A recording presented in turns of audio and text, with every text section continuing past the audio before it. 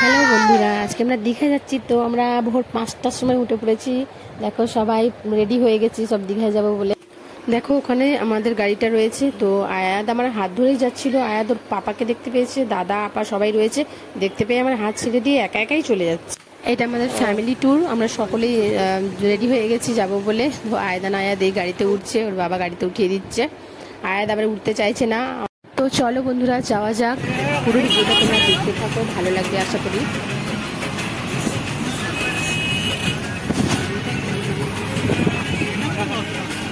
সকালবেলায় আমরা হই হই করতে করতে সব যাচ্ছি, খুবই ভালো লাগছে। তো চলো বন্ধুরা, তো অনেকদিন ধরে দীঘা যাওয়ার প্ল্যানটা চলছিল। তো এখন সামার ভ্যাকেশনের ছুটি আছে আয়দানের। তো এই শুধু আমার হাত ছাড়া করা যায় না, সেই জন্য আমরা বেরিয়ে পড়লাম দীঘার উদ্দেশ্যে। সবই তো ঠিকঠাক ছিল, তো একটা প্রবলেমও হয়ে গেল। মাঝ রাস্তায় একটা প্রবলেম দেখা দিল যে আমাদের গাড়িটা খারাপ হয়ে গেল। আর গ্যারেজের খোঁজও পাচ্ছিলাম না, কারণ মাঝ রাস্তায়।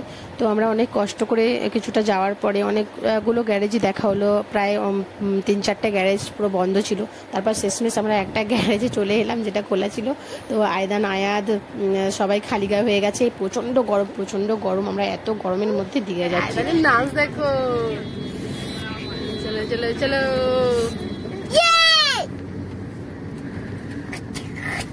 অবশেষে এসে হাজির। মানে বেশিক্ষণ লাগলো না এখান থেকে আসতে, তাই না?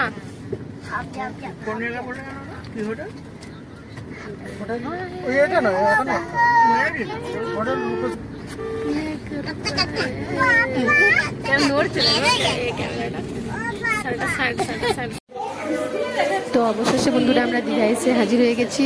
তো একটা হোটেল বুক করতে চলেছি আমরা, যেটার নাম হচ্ছে সোনার বাংলা।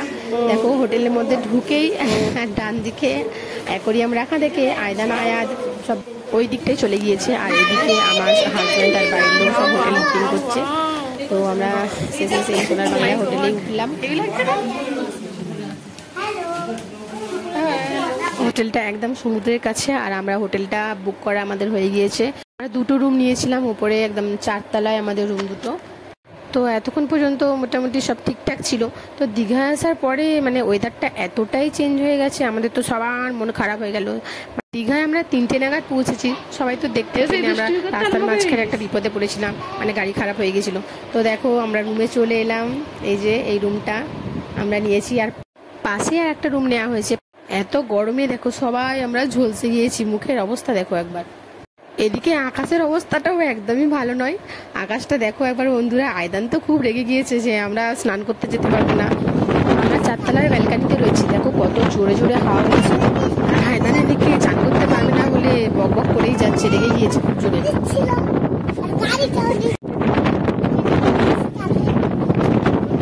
প্রথম দিনটা আনন্দ করা পুরোটাই মাটি হয়ে গেল, কারণ বৃষ্টি নেমে গিয়েছিল। আর বৃষ্টি নেমে গেছে, আর সমুদ্রের ধারে কাছে কাউকে যেতেও দিচ্ছে না, স্নান করা তো দূরের কথা, আমরা স্নানও করতে পারিনি। তারপরের দিনও সারাদিন অঝোরের বৃষ্টি হচ্ছে, আর আমরা গাড়ির মধ্যে তবু এদিক ওদিক করে ঘুরে বেরিয়েছি। কি করবো, আমরা নামতেই পারছি না, এত বৃষ্টি হচ্ছে। এত চলে আসার দিন সকালবেলায় লাগেজ গোছানো হয়ে গিয়েছে এদিকে। আমি ভাবলাম যে একটু ছাদ থেকে ঘুরে আসা যাক। তো ছাদে উঠেছি, দেখো হোটেলের ছাদ থেকে সমুদ্র দেখা যাচ্ছে। তো খুবই ভালো লাগছে। আমরা বেরিয়েও পড়লাম। আমরা ভাবলাম যে আর সকালবেলা কি বাড়ি চলে যাবো। তো আমরা মন্দারমণি থেকে ঘুরে সারাদিন ঘুরে তারপর সন্ধ্যাবেলা আমরা বাড়ির দিকে রওনা হবো। তো আমরা এই মন্দারমণি যাওয়ার পথে দেখো আমাদের মানে এত ভালো লাগলো, কি আর বলবো। স্নান করা হয়নি বলে সমুদ্র জলে সবার মন যেটা খারাপ ছিল, আর এই মন্দারমণি যাওয়ার পথে সবার মানে মনে এত আনন্দ হলো কি বলবো। কারণ 2 দিন যে স্নান করতে পারিনি, সবার মন খারাপ ছিল। দেখো এই সমুদ্রের ঢেউটা এসে পুরো আছড়ে পড়ে আমাদের গাড়ির মধ্যে ঢুকে গিয়ে সবাইকে ভিজিয়ে দিল। আমাদের খুবই ভালো লাগলো। আসছে আসছে আসছে, এই দিল দিল দিল দিল দিল দিল দিল।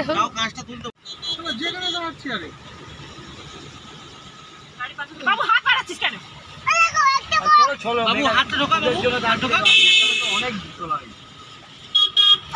একটা বড় ঢেউ আসছে, বড় ঢেউ। ওই দেখো ওই দেখো ওই দেখো।